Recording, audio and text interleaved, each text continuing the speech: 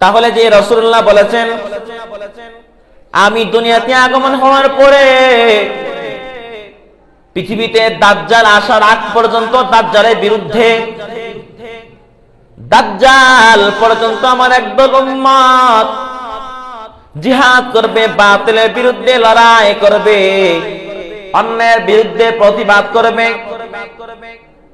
এরকম আমার উম্মতের যে দলটা থাকবে, এই দলটাকে কোনো জালেম বাদশার জুলুম এবং কোন ন্যায়পরায়ণ বাদশার ন্যায়পরায়ণতা এই জিহাদকে, এই বাতিলের বিরুদ্ধে লড়াইকে কোনোভাবে বন্ধ করতে পারবে না। যে রাসূলুল্লাহ বলেছেন জিহাদকে বন্ধ করতে পারবে না, জিহাদকে বন্ধ করা যাবে না, তাহলে কোন কাফের মুশরিকদের কোনো ক্ষমতা নাই, কোন বেঈমানের কোনো স্পর্ধা নাই যে বেঈমান এই রাসূলুল্লাহর হাদিসকে খণ্ডন করতে পারবে, এই রাসূলুল্লাহর হাদিসকে থামাতে পারবে। যে রাসূলুল্লাহ বলেছেন দাজ্জাল পর্যন্ত আমার একদল উম্মত বাতিলের বিরুদ্ধে, অন্যায়ের বিরুদ্ধে প্রতিবাদ করবে, জিহাদ করবে, কোন কাফের মুশরিকদের, কোন জালেমের বাদশার জুলুমের কোনো ক্ষমতা নাই এই জিহাদকে বন্ধ করে দিয়া মুসলমানদেরকে ধ্বংস করে দেওয়া। তাহলে আমি আপনি কেন আমার জ্বলবে? এই আলোচনা শুনলে কেন আমার আপনার ভয় লাগবে? একটা কথা মনে রাখতে হবে, আল্লাহ পাক রব্বুল আলামিন কোরআন শরীফের তওবার 111 নম্বর আয়াতের মধ্যে ওয়াজ করেন। কোন সূরা? সূরা তওবার 111 নম্বর আয়াতের মধ্যে আল্লাহ পাক বলেন ইন্নাল্লাহা আশতারা মিনাল মুমিনিনা আনফুসাহুম ওয়া আমওয়ালাহুম বিআন্না লাহুমুল জান্নাহ। জোরে বলে সুবহানাল্লাহ।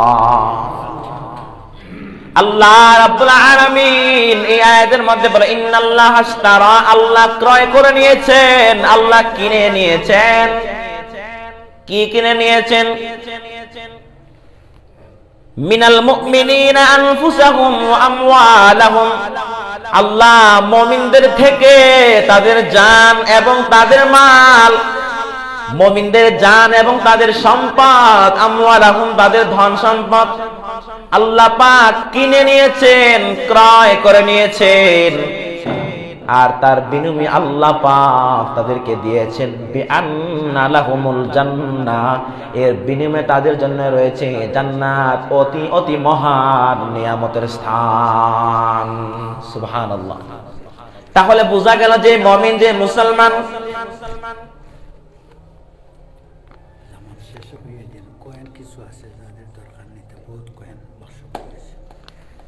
তাহলে বোঝা গেল যে মুসলমান যতদিন পর্যন্ত আল্লাহর নামে, আল্লাহর পথে, ইসলামের পথে তার জানের মায়া এবং তার ধনের সম্পদের মায়া ত্যাগ না করতে পারবে, ততদিন পর্যন্ত আল্লাহর সেই নিয়ামতের স্থান, চিরস্থায়ী নিয়ামতের স্থান জান্নাতের উঁচু মাকামে পৌঁছা তার পক্ষে সম্ভব নয়। বুঝতে পারতেছেন তো নাকি? যতদিন পর্যন্ত একজন মুমিন তার জান, প্রাণ এবং তার সকল সম্পদের চাইতে কি হবে না, ইসলামটা প্রিয় হবে না, বাতিলের বিরুদ্ধে জিহাদ করতে পারবে না, ততদিন পর্যন্ত তার পক্ষে এই নিয়ামতের স্থানের অধিকারী হওয়া কোনোদিন সম্ভব নয়। এটা কার কথা? কার কথা? আল্লাহর কথা। এখন আল্লাহ বলছে যে আমি মুমিনদের থেকে তাদের জান এবং তাদের আমওয়ালাহুম তাদের ধন সম্পদ জান্নাতের বিনিময়ে আমি কিনে নিয়েছি, ক্রয় করে নিয়েছি। তাহলে কেউ কি ইচ্ছা করলে পারবে যে আমার জানও ঠিক থাকবে, আমার সম্পদও ঠিক থাকবে, আমি আল্লাহকে পাবো বা আমি জান্নাতের উঁচু মাকাম হাসিল করতে পারবো? এটা কি সম্ভব? কখন সম্ভব? যখন আপনার জান দেওয়া, সম্পদ দেওয়া কোনো প্রয়োজন হবে না। ইসলাম শান্তিপূর্ণ, ঠিক আছে, কোনো জিহাদ করার প্রয়োজন নাই, কোনো অন্যায় নাই, কোনো অশ্লীলতা নাই, ইসলাম ইসলামের মতো করে আছে, আমিও ইসলামের মতো করে আছি, আমার জিহাদ করার কোনো প্রয়োজন লাগতেছে না, আমার সম্পদ ব্যয় করার কোনো প্রয়োজন লাগতেছে না, তাহলে আপনি মনে করেন আপনি বিনা হিসেবে জান্নাত পাবেন, আপনার সম্পদ ব্যয় করা লাগতেছে। কিন্তু আল্লাহ তো এই সুযোগটা আপনাকে দেয় নাই। আপনি জান ইসলামের পথে কোরবান না করেন, সম্পদটা আপনাকে অবশ্যই ইসলামের পথে ব্যয় করতে হবে।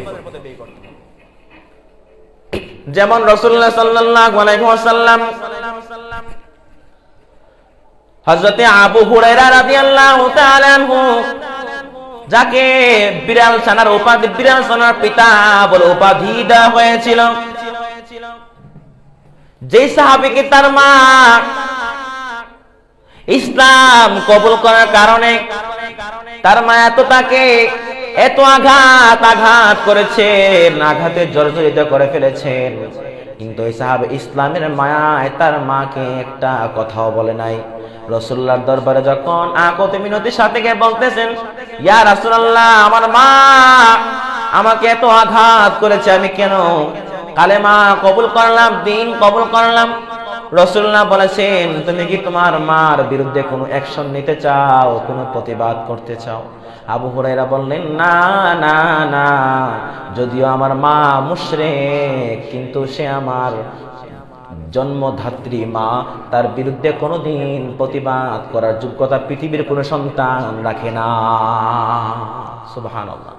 ওই আবু হুরায়রা বিড়ালকে বেশি ভালোবাসতো। বিড়ালকে ভালোবাসার কারণে একদিন তার জামার ভিতর থেকে একটা বিড়াল ছানা বের হয়ে আসলো। রাসূলুল্লাহ তাকে মায়া করে, মোহাব্বত করে তাকে বিড়াল ছানার উপাধি দিয়া বললেন, আবু হুরায়রা। সুবহানাল্লাহ, হে বিড়াল ছানার পিতা। সুবহানাল্লাহ। এই রাসূলুল্লাহর এই ডাকটাকে পছন্দ করে, মায়া করে ওই সাহাবী তার নাম রেখেছেন আবু হুরায়রা। এখন যদি সমাজের মধ্যে কোন লোককে বলা হয়, এ বিড়ালের বাপ, হে দেখবেন রাগিয়া সইতে পায়ের লাঠি লোটা নিয়ে পুরো হাজির। বেয়াদব কস কি, আমি বিড়ালের বাপ, তো 14 গোষ্ঠী বিড়ালের বাপ, প্রতিবাদ করবে কি করবে না? জেনারেল কথা বাদ দেন, কোন আলেম যদি একজনকে মায়া করে, মহাব্বত করে বিড়ালের বাপ ডাকে, বাড়িতে আব্বা গো আব্বা, হুজুর আমার বিড়ালের বাপ কইছে, তো কস কি, ল হুজুর আজকে শেষ, ঠিক কিনা? কিন্তু রাসূলুল্লাহ সাল্লাল্লাহু আলাইহি ওয়াসাল্লাম এরকম সাহাবী এত পছন্দ করেছেন। আবু হুরায়রা রাদিয়াল্লাহু তাআলা আনহু বর্ণনা করেন, রাসূলুল্লাহ বলতেছেন, আমাকে আল্লাহ পাক শেষ বিচারের দিন যে 3 জন লোক প্রথম জান্নাতের মধ্যে প্রবেশ করবে, 3 জন লোক, এই 3 জন জান্নাতীকে আমার সামনে হাজির করা হলো। আবার যে 3 জন জাহান্নামী প্রথম জাহান্নামের মধ্যে প্রবেশ করবে, ওই 3 জন জাহান্নামীকে আমি রাসূলুল্লাহর দরবারে হাজির করা হলো। প্রথম 3 জন জান্নাতীর উপমা দিতেছেন, ব্যাখ্যা দিতেছেন। প্রথম জান্নাতী হলো শহীদ। সুবহানাল্লাহ। যে প্রথম জান্নাতের মধ্যে প্রবেশ করবে, ওই ব্যক্তি আর কেউ নাই, যে ব্যক্তি আল্লাহর পথে দুনিয়ার জমিনের মধ্যে থাকা অবস্থায় জীবন কুরবান করে দিয়েছে, তার জীবনের মায়া করে নাই, জানের মায়া করে নাই, সম্পদের মায়া করে নাই। আমি আল্লাহর বিরুদ্ধে বাতিল পন্থীরা কটূক্তি করার কারণে, আমি আল্লাহর ধর্ম ইসলামের বিরুদ্ধে অপব্যাখ্যা করার কারণে আমার এই বান্দা, আমার একদল মুসলমান বান্দা গোলাম ইসলামের পথে জিহাদ করতে গিয়ে, আমি আল্লাহকে রাজি খুশি করতে গিয়ে তাদের জীবনটা বিসর্জন দিয়েছে। ইসলামের পথে তারা হত্যা হয়েছে, তারা শহীদ হয়েছে। আল্লাহ পাক এই শহীদদের উপরে এত মর্যাদা দিয়েছেন, কাল কিয়ামতের ময়দানে বিচার করার পরে আল্লাহ পাক আর কাউকে জান্নাতের মধ্যে প্রথম ঢোকাবেন না। একমাত্র যারা শহীদ হতে পেরেছে, আল্লাহ পাক ওই এরকম শহীদদেরকে সর্ব আগে জান্নাতের মধ্যে প্রবেশ করাবেন। জোরে বলি সুবহানাল্লাহ। শহীদের দাম আছে কিনা নাই? দ্বিতীয় জান্নাতি কোন ব্যক্তি? ওই গোলাম, ওই দাস। এখন তো দাস প্রথা নাই, ১৫০০ বছর পর ইসলামের প্রাক্কালে দাস প্রথা ছিল। মানুষকে এরকম ভাবে যারা অসহায় ছিল, নিঃস্ব ছিল, তাদেরকে বাজারে নিয়ে গোলাম হিসেবে বিক্রি করা হতো। তাদেরকে বড় বড় বিত্তশালীরা কি টাকার বিনিময়ে তাদেরকে কিনে নিত, আর এই মালিকরা তাদের গোলামকে যেভাবে ইচ্ছা সেভাবে চালনা করতে পারত, চালাইতে পারত। এরকম ছিল গোলামের ব্যবহার। যখন আল্লাহ পাক বলেছেন এই গোলাম এরকম গোলাম যে তার পার্থিব জীবনের মালিকের গোলামি করা সত্ত্বেও আমি আল্লাহর গোলামি ছাড়ে নাই, আমি আল্লাহর দাসত্ব ছাড়ে নাই, এরকম গোলাম যে ব্যক্তি ঈমান আমল সাথে মরতে পারবে, আল্লাহ কিয়ামতের ময়দানে তাকে দ্বিতীয় জান্নাতি হিসেবে জান্নাতের মধ্যে প্রবেশ করাবেন। সুবহানাল্লাহ। তাহলে এই গোলামের সাথে বর্তমান কিছু ফকির নিঃস্ব তারাও এই কাতারের মধ্যে পড়ে কি পড়ে না? যাদের ধন নাই, সম্পদ নাই, যাদের পরিবার পরিজন কেউ নয়, একেবারে নিঃস্ব, মানে একেবারে অসহায়।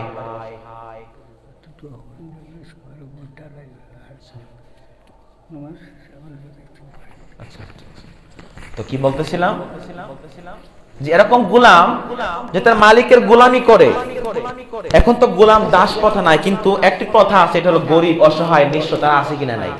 অনেকে আছে অভাবের কারণে স্বভাব নষ্ট হয়ে যায়, তারা আল্লাহর কাজ করতে চায়, ইসলামের কাজ করতে চায় না, সব সময় দুনিয়ার কাজে ব্যস্ত থাকে।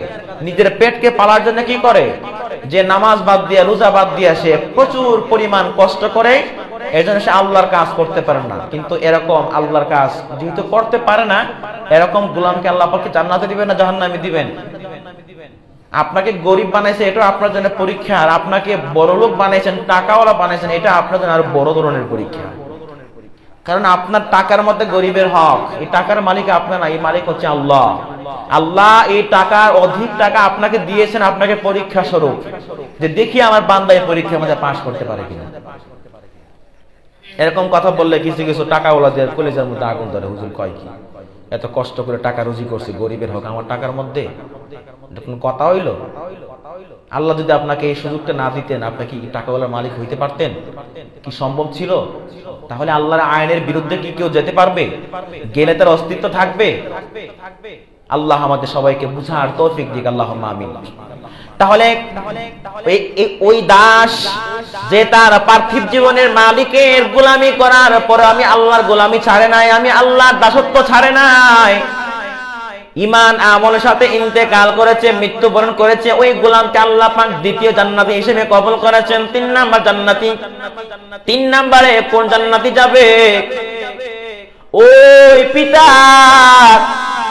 ওই দরিদ্র পিতা যে অধিক সন্তানের বাবা হওয়া সত্ত্বেও মন খারাপ না করে, মনকে বিচলিত না করে আমি আল্লাহর গোলামি করেছে, এবং সে উৎফুল্ল ভাবে মনকে খুশি রেখে তার অধিক সন্তানদেরকে লালন পালন করেছে, আল্লাহ পাক ওই রকম পিতাকে 3 নাম্বার জান্নাত হিসেবে উচ্চ মাকাম দান করে দিবেন। কথা বুঝতেছেন তো নাকি আমার? বর্তমানে আইন কি, যে 2টার বেশি আইন নয়, একটা হলে ভালো হয়। কিন্তু আগেকার দেখবেন 12টা 14টা নিয়ে মা বাবা কত সুন্দর করে সংসার চলছে, কোনো অভাব নাই, কাজ কাম করে খাইছে, কোনো হাঙ্গামা নাই, চিল্লা চিল্লি নাই। কিন্তু এখন বর্তমান একটারে নিয়ে মা বাবা থাকতে পারে না। আইরে চিল্লা চিল্লি কারা কয়, 2 দিন পরে পরে হাসপাতাল নিয়ে দৌড়া লাগে, একটারে নিয়ে বাঁচতে পারে না।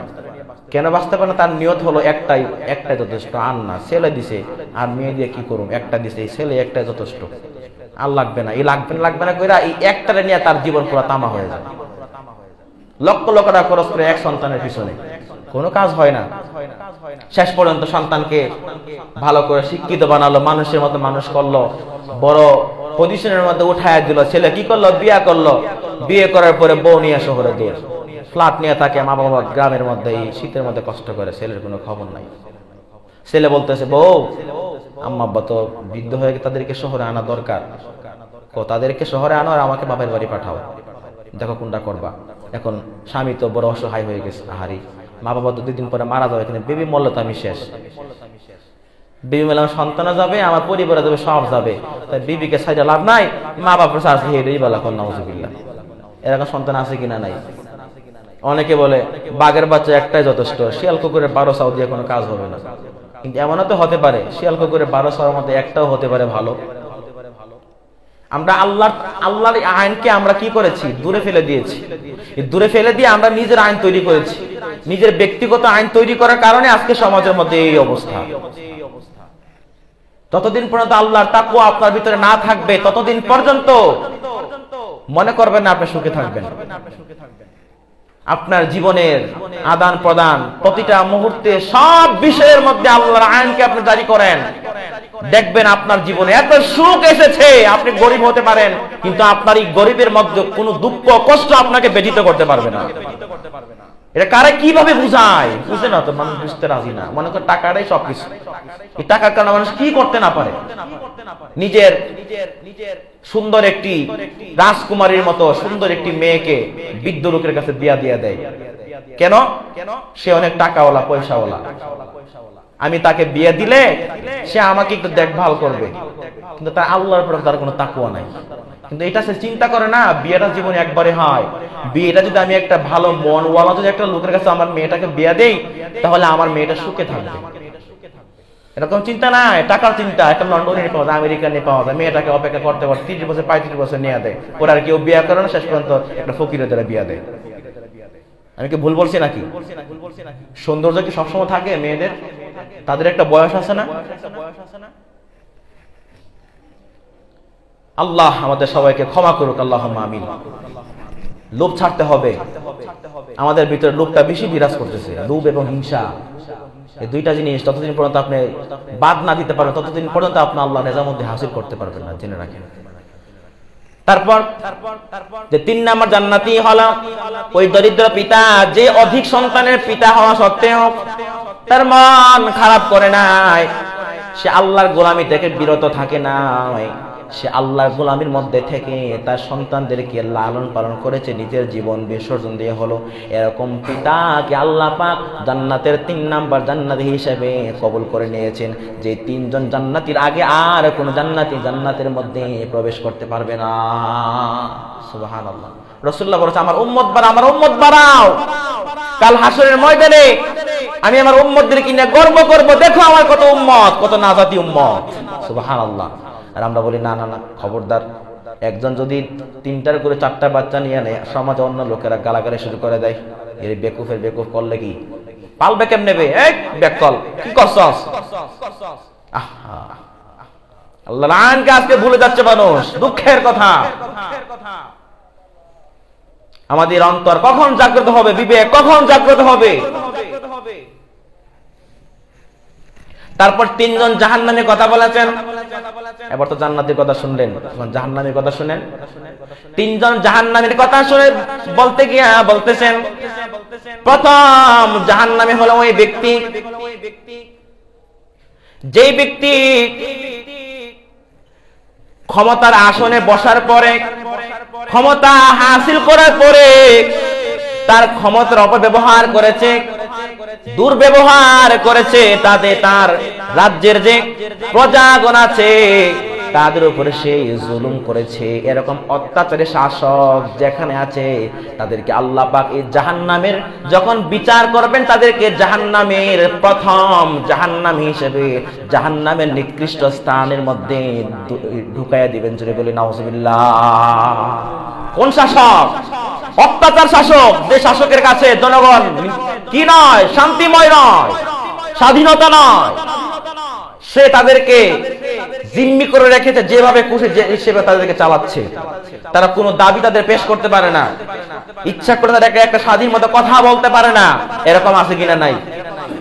বর্তমান শাসক তো একজন, কিন্তু তার শাসকের চেলাপেলা চাঞ্চা আছে, যারা ক্ষমতার লোভে, টাকার লোভে মুসলমানদের উপর আক্রমণ করতে দ্বিধাবোধ করে না। কথা বলেন ঠিক কিনা? এরকম শাসক আছে কিনা? নাই। আমি বলবো বর্তমান যে নেতা ফেতা আছে, শতকরা 90% মধ্যে 1% আপনি পাবেন কিনা সৎ সেবকওয়ালা নেতা, যে নেতা হয়েছে জনগণের সেবা করার জন্য। পোস্টারের মধ্যে খুব সুন্দর করে লেখে সেবা করার সুযোগ দেন, কিন্তু তার মনের মধ্যে কথা থাকে আপনাদেরকে খাওয়ার সুযোগ করে দেন আমাকে। কোন নেতা বুকে হাত দিয়ে বলতে পারবে আমি জনগণের সেবা করার জন্য আমি রাস্তায় নামছি? কেউ বলতে পারবে না। একমাত্র ক্ষমতা আসার, তার পাওয়ার দেখানোর জন্য, জনগণের উপর রাজত্ব করার জন্য তার এই ক্ষমতার উদ্দেশ্য।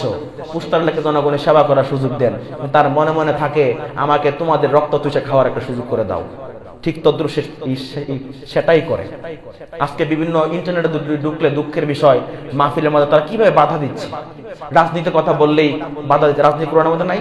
রাসূলুল্লাহ কি রাজনীতি করে নাই? এটা কি রাজনীতি নয়? একটা রাজনীতি মানে কি যে শুধু ভোট দিয়া শুধু ক্ষমতা দখল, এটা কি রাজনীতি? না না না, রাজনীতি হলো রাজ করা, দায়িত্ব পালন করা, সেবা করা, এটা রাজনীতি, প্রকৃত রাজনীতি। ভুল বুঝবেন না, রাসূলুল্লাহ রাজনীতি করেছেন, খোলাফায়ে রাশিদিন রাজনীতি করেছেন, তবে আমার আপনাদের ফালতু রাজনীতি করে নাই, তারা ইসলামের রাজনীতি করেছেন। এজন্য পৃথিবীর প্রত্যেক উলামে কেরাম দায়িত্ব হলো তাদের রাজনীতিকে বেছে নেওয়া, ইসলামের রাজনীতিটা কায়েম করা। আজকে অনেক লম্বা আলোচনা ছিল, আমি করতে পারি নাই, সময় কম। আগামী জুমাতে ইনশাআল্লাহ আবার জিহাদ নিয়ে আলোচনা করব। আল্লাহ পাক আমি আপনাকে সঠিকভাবে বুঝার এবং মানার তৌফিক দিক, সকলে বলে আল্লাহুম্মা আমিন। আপনারা কি ভয় পাইতেছেন? গত জুমায় আলোচনা তো অনেকে ভয় পাইছে যে আল্লাহ যুদ্ধ এটা নিয়ে যেত, এখন বুড়া হয়ে গেছে, এখনো মরার ভয়। তো চিন্তা করো না যে আমি আল্লাহর পথে একটু মরি, এরকম বান্ধবদের চিন্তা নাই। বাচ্চারা যুবকরা যদি একটু জিহাদ নিয়ে আলোচনা করে, মাতিও না, ধরে নিব নিয়ে আবার। শুধু মুরব্বী হলে হবে না, আপনার সারাটা জীবন পার করেছেন, কোন ভালো কাজটা আপনি করেছেন আল্লাহর জন্য, ইসলামের জন্য, বুকে হাত দিয়ে। একটা কথা মনে রাখবেন, যত সময় যাচ্ছে তত হিসাবও বাড়ছে আপনার। যত সময় যাবে তত হিসাব বাড়বে, হিসাবের খাতাটা লম্বা হবে। যদি আল্লাহ আপনাকে পাকড়াও করেন, কোনো উপায় থাকবে না। জীবনে যা করছেন আর করছেন বাদ দেন, এবার তওবা করে নতুন করে মুসলমান হন, ইসলামের পথে কিছু কাজ করার চেষ্টা করেন। দেখেন না জীবনের শেষ সময় ইসলামের পথে ব্যয় করতে পারেন কিনা। আল্লাহ আমাদের সঠিকভাবে বুঝার এবং মানার তৌফিক দিক। আল্লাহুম্মা আমিন।